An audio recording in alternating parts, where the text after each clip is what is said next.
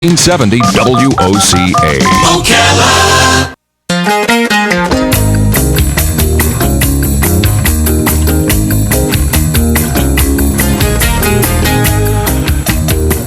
All right, 25 minutes before 10 o'clock. Nice looking Monday morning. Hope your weekend was a good one.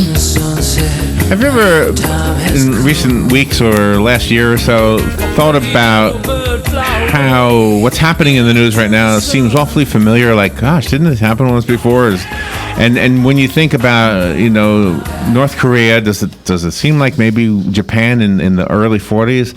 And you look at what's happening in maybe with Russia or maybe with ISIS. I don't know. Does that seem similar to what happened in Nazi Germany in any way at all? Are the things that are happening in the world today similar to what happened in the past? I don't know, and I'm not a historian, but we have a gentleman on the phone who we've invited to be with us for the whole segment. He does have a novel he's talking about. It's called Delphi's Chosen. It's a thriller novel, but his credentials are so impressive. I thought we could invite him on to talk to us about some of the things that he specializes in. Dr. Alan Patch is on the phone. He's a retired United States Navy captain, an historian, a researcher, a board member of the Friends of Classics at San Diego State University, a member of the Hellenic Society of San Diego. He was a judge for the San Diego History Fair, and it said in his bio that his family was here before George Washington's grandfather or great-grandfather or something like that. In other words, you can't be much more American than he is. Yeah. I can trace my mother's roots one generation. My father, I'm not so sure about. Nobody seemed to know. And anyway, so he is on the phone to talk to us about Delphi's Chosen. And if you're looking at the streaming podcast, we do have the cover of the book up there. It's an Apollo series book number 2, I think it says here. Good morning, Dr. Patch. Good morning, sir. How are you? Hey, good morning. Happy to be with you today. And where are you? Are you out in San Diego? I'm out in San Diego. Well, thank you for getting up early to talk to us. Hey, we have a dog, so you know how that goes. We love dogs. Let the dog out. You have to get up early when you have a dog. So, does the historian that you are play a role in the novelists or in the novels that you write? Absolutely, and I've always loved history. Growing up in the 50s, 60s, 70s, I was always attracted to it. And, do you remember, back in those days, they had these movies, the Hercules movies, the early ones where, sure, they spoke and, the dubbing was off and sometimes they would talk, but, right, it didn't match the mouth moving. And right. I used to love all those movies back then. I got very attracted to history. And, you can't help but love history growing up in New England. I grew up in Boston. My family, as you mentioned, went into Plymouth very early on in the 1626 area. So you just can't help but love history because it's all around you. And so, yeah, I am attracted to it. I love looking at what happened. And, people always say that, history repeats itself, but really, in the end, it's human nature that keeps repeating itself. You could even say it regurgitates itself, as you go over time. Yeah. It's a guidebook for us because these things that happened before tend to happen again. And that's kind of the interest for me. I like to see the comparisons between what happened before and what's happening now, or maybe what even is happening in the future. So this is actually book 2. For the audience, if you could give us somewhat of a description of the story, and then I want to kind of dig a little deeper and see the connections to history. Well, in the end, this is a story about a couple, and this couple goes through extraordinary circumstances to figure out how much they mean to each other. And this is set against the backdrop of the past, present, and future. So in the end, this couple's going to learn, because they're professors, they kind of already know the history, but they're kind of thrust into the history firsthand. In other words, they're going to experience historical events firsthand in an effort really to train them. So it's about the lessons of the past and the challenges of the present and maybe a future that needs some mending. And so the great part of this for me is I get to blend the history in with what's happening now. and that's a lot of fun for me. I get to twist and turn events. I get to bring the present to the past, and the past to the present. And so, go ahead. Well, I wanted to ask you this, and maybe you can incorporate it into the story. Sometimes, like when we compare our society to the Roman Empire, I wonder if the difference would be the Constitution. In other words, the foundation of our country might prevent the Roman Empire phenomenon from happening. But then again, maybe not. I don't know. What are your thoughts on that? Do we have a system set up by our founding fathers? Because I seem to remember, and I don't want you to answer that, but I seem to remember a story about Benjamin Franklin saying something to a little girl where she says, we created a nice republic for you if you can keep it, or something of that nature. Yeah, that's very close. Coming out of the convention, it was an older lady, actually, that asked him, and she goes, "What did we get?" And he goes, "A republic if you can keep it." And that's rather telling, because in the end it was an experiment. But the founding fathers did look to the past, to this idea of self-determination, and so history is filled with monarchies and tyrants. And we tried to get away from that as best as we could, but as we know, the beginnings were not that easy. And so in the end, what divides us, is our laws and our ability, the public, to obey those laws and have a society that cooperates with each other. Yeah. And so it's civility too. It's not just the law; it's civility. Yeah, but our laws can only go as far as our borders, and when you have people like Kim Jong-un who don't have to obey our laws, it puts us into a place where we have to know how to try to reason with people who are often unreasonable. That's true, and it's interesting you bring that up, because in the end, yes, I'm a historian, and I'm going back to the time of ancient Greece in a way to look at what it took for people to hold on to their way of life, and to gather together and join their forces to defeat a tyrant who had ambitions to really take over most of the known world. And so there's a great playwright back in those days. His name is Aeschylus.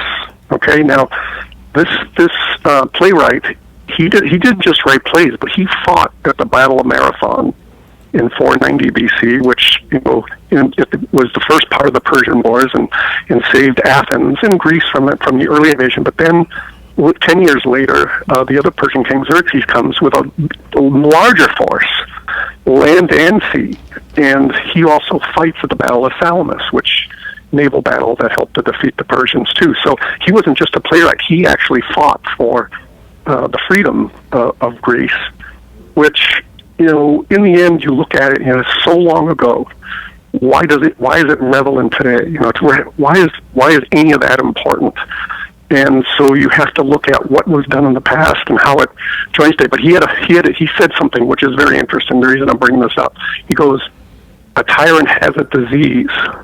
They can't trust their friends."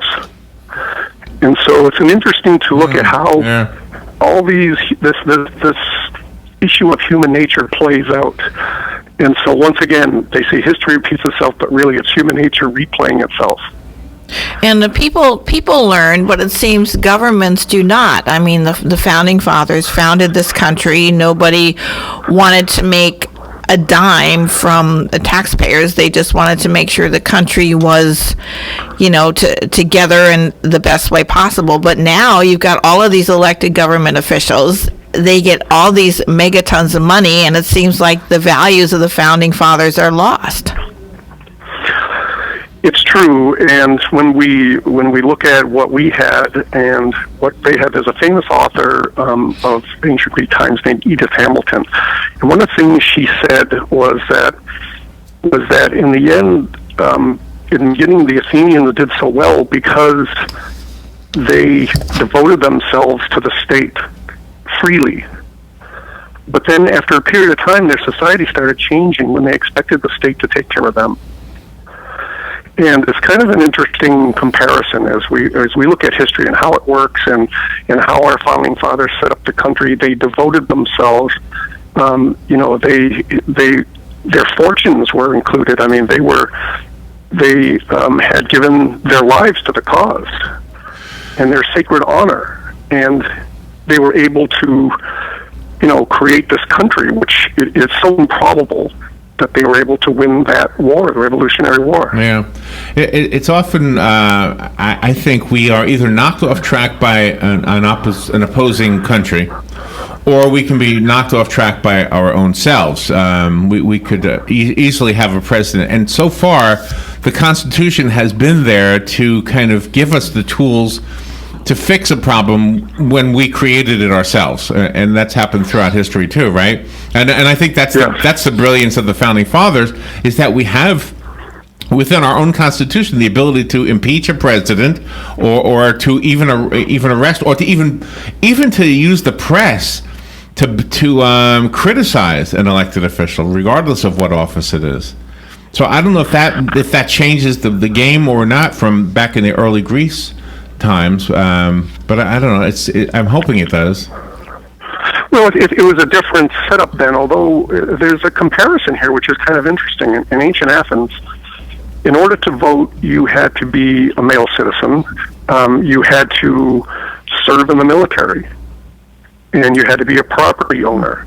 And so if you go back to the early days of this country, a lot of people didn't have the vote. It was really men, and they were landowners. I think it was Andy Jackson who gave all men the vote. And then as we go along in our country, more people got the vote. But it's an interesting comparison, isn't it, that in ancient Greece, it was almost set up the same way as early on for us. Well, was that intentional? Did our founding fathers look to something about their government? They certainly looked at it as a guide, and but the negotiation, and we talk about Benjamin Franklin in those early days, and there was a problem. Even back then, there was a question of whether slavery should be included, and it was a problem. They couldn't get an agreement unless they included still the issue of slavery. And they couldn't come to an agreement, and finally they had to compromise in order to get a constitution. Who were the slaves in ancient Greece?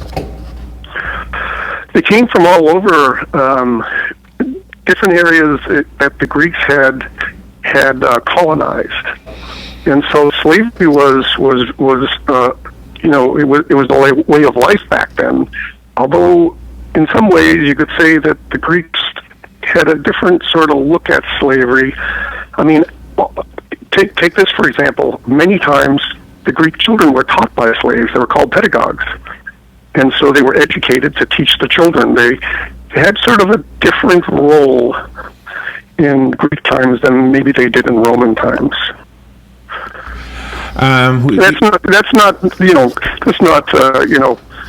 a hard rule, but in general, it was a different kind of feel to it. Yeah, we're picking the brain of Dr. Alan Patch. I want to make sure we're fair to the book.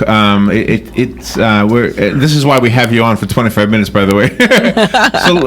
so let me take the break that we take at this time, and we'll be right back to talk more about Delphi's Chosen, about history. I know there's some points in here you want to mention about General MacArthur, so we'll do that on the other side of the break, and we'll be right back. This is The Source, WOCA Ocala. Ocala Business Leaders Incorporated is a group of independent local firms providing a wide range of quality goods and services. Each firm strives to maintain the highest level of professional integrity and 100% customer satisfaction. When you're looking for goods and services, call a member of the Ocala Business Leaders, and we are confident you will be pleased with the results. If you are interested in becoming a member of the Ocala Business Leaders, join us at the Ocala Elks Lodge, 25th Avenue in Ocala, any Wednesday at 7 a.m. and enjoy a breakfast on us. For more information, check OcalaBusinessLeaders.com. The weather is brought to you by myfwc.com. Safe boating is no accident. It'll be mostly sunny on this Monday with highs ranging from 84 near the coast to 91 in a few inland spots. Moonlit on Monday night, low 55 to 60 in a few inland areas, 67 along the coast. Sunny and quite warm on Tuesday. High 85 on the coast, 92 inland. Wednesday, sunshine and hot. The high 90 at the coast, 96 inland. From the Florida Weather Center, I'm meteorologist Joe Lundberg. Here is your 30-second news brief. A house fire in Bellevue took more than 40 firefighters and 16 units to get under control Saturday. A Lake County Sheriff's deputy was fired for waving his gun in public and reciting lines from the movie Training Day. A 10-year-old girl is recovering after being bit by an alligator in Orange County. An Air Force mini shuttle ended a 700-day space mission yesterday. And Always Dreaming, the Kentucky Derby winner, was broken right here in Ocala at Croupies Newcastle Farm. That is your news brief from The Source. Hey, this is Matt Wilkerson from Verizon. You work all day, right? So why would you want to spend your night out shopping for that new phone? Well, Marion County, let me and Verizon help you out. I can deliver to your home or office, saving you precious time. Phone, tablets, internet, home phones, even accessories. Whatever you need, we will deliver free of charge. Call me at the store, 352-528-0020. That's 528-0020. Hi, this is JP from Penn Flooring here in Ocala. I would like to invite you to come in and visit our spacious showroom where we have solutions for every style and budget. From wall-to-wall carpet to hardwood floors and tiles, we have an unsurpassed selection of flooring. At Penn Flooring, we've provided quality customer service with a family touch for over 25 years. Visit our website at pennflooring.com or come by our showroom, 1201 Southwest 17th Street, just over the bridge. Penn Flooring, quality customer service with a family touch. I hear the month of May is crazy busy at Palm Garden of Ocala. You bet. To start with, the week of May 7 is National Nurses Week, where we celebrate our nurses and thank them for all their hard work. Palm Garden would not be what it is today without them. On Thursday, May 11, from 5 to 7, we are opening our doors to the listeners and offering retail therapy instead of physical therapy. We will have LuLaRoe clothing and Premier Designs jewelry available. Palm Garden is located on the corner of 27th Avenue and 34th Street. All right, 8 minutes before 10 o'clock, 72 degrees. Temperatures are expected to climb to 89 today, with lows tonight at 57, and then we're done with spring. Summertime kicks in tomorrow with 92 degrees, the expected high, 96 Wednesday, 95 Thursday. And the first mention of rain in the forecast is not till Saturday, even though we need rain. I guess we have to wait a little bit longer. So. All right, let's go back to our interview. Dr. Alan Patch is on the phone. His author name, by the way, he goes by his initials AK Patch, if you're looking him up. His new book is called Delphi's Chosen. It is book 2 of the Apollo series, if you're familiar with what his work is, and his accomplishments as a historian are just holding me spellbound, so hopefully you are also. Thank you, Doctor, for hanging in through the break. Certainly, Larry. I want to be fair to the book, but if I could just tap into the historian in you one more time. My notes indicated something about the farewell speech for General MacArthur. What is that about? Well, it's important to go back, and since we're talking about history, to go back and see, what happened before, because it gives us perspective for what's going on today. But at the end of World War II, of course, over 60 million deaths worldwide, and we have over 1 million casualties in this country winning the war. And we demobilize, and we're kind of tired, the world is tired of war. But in 1950, North Korea invades South Korea, and we're surprised. I mean, we don't have enough troops there. We're unprepared for it. General MacArthur is really in charge of Japan in the post-war Pacific theater, and so he's rushing troops over there, and we're driven to a small corner of Korea. We're just barely hanging on.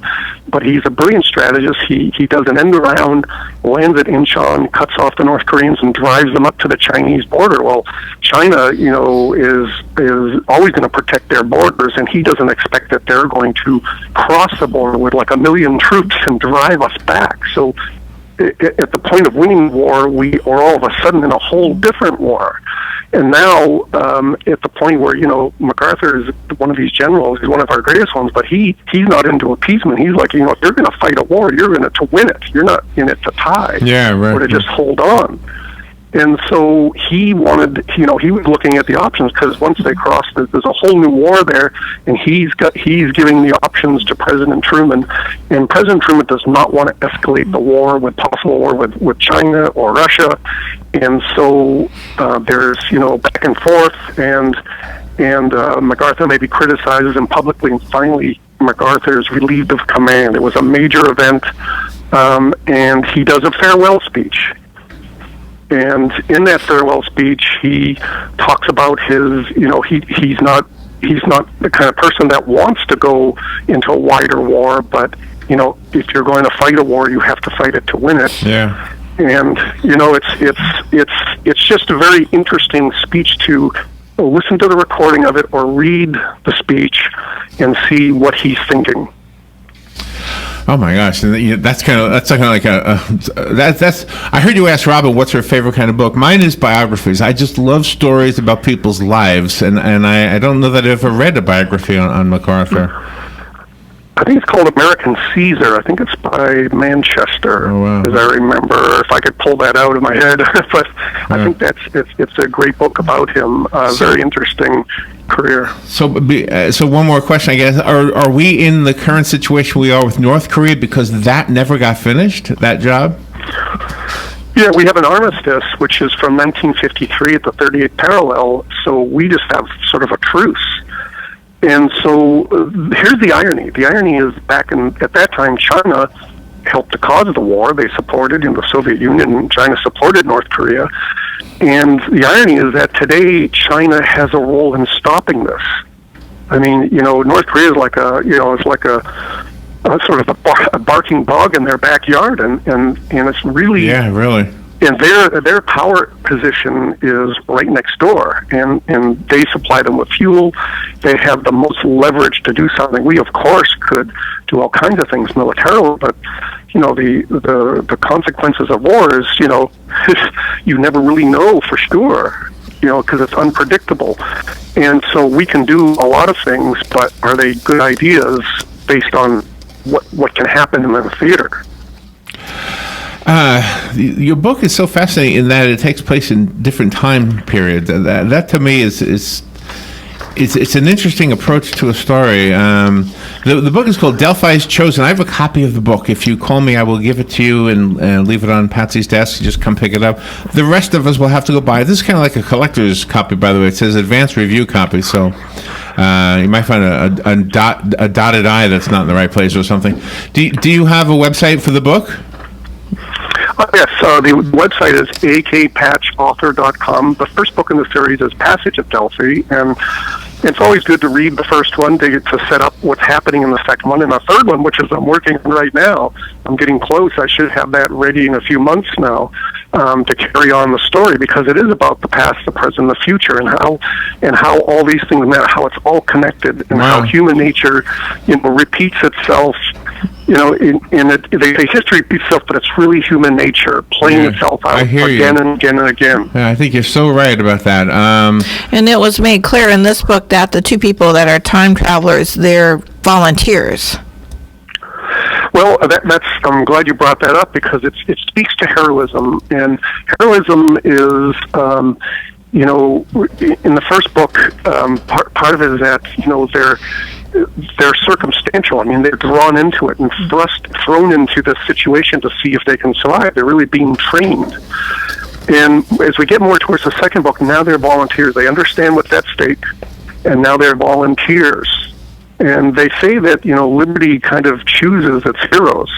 And there's times when, you have a circumstantial hero, someone who's thrown into a situation and has to help save something. Think of those three or four guys on the train a couple of years ago from, the Netherlands to Paris. Oh, right.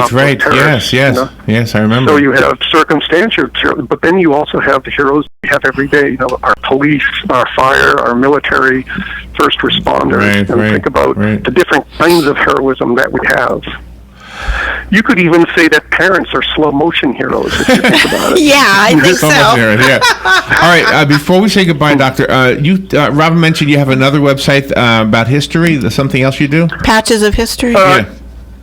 Yeah, Patches of History is a radio series, and I bring all kinds of subjects up and relate it to the present day. It's a lot of fun for me to bring out all these stories of heroism, sometimes in the past, and how it's connected. Wow, I'm looking forward to it. You just got a new fan in me. Thank you for being on the air with us today, Doctor, and good luck with everything. Definitely come back with the third book. All right, I will. Thank you, Larry, and thank you, Robin. You're welcome. We'll be right back. Broadcasting from the Paddock Mall Studios, this is WOCA, Ocala, Gainesville, The Villages, 1370 AM, 96.3 FM, The Source.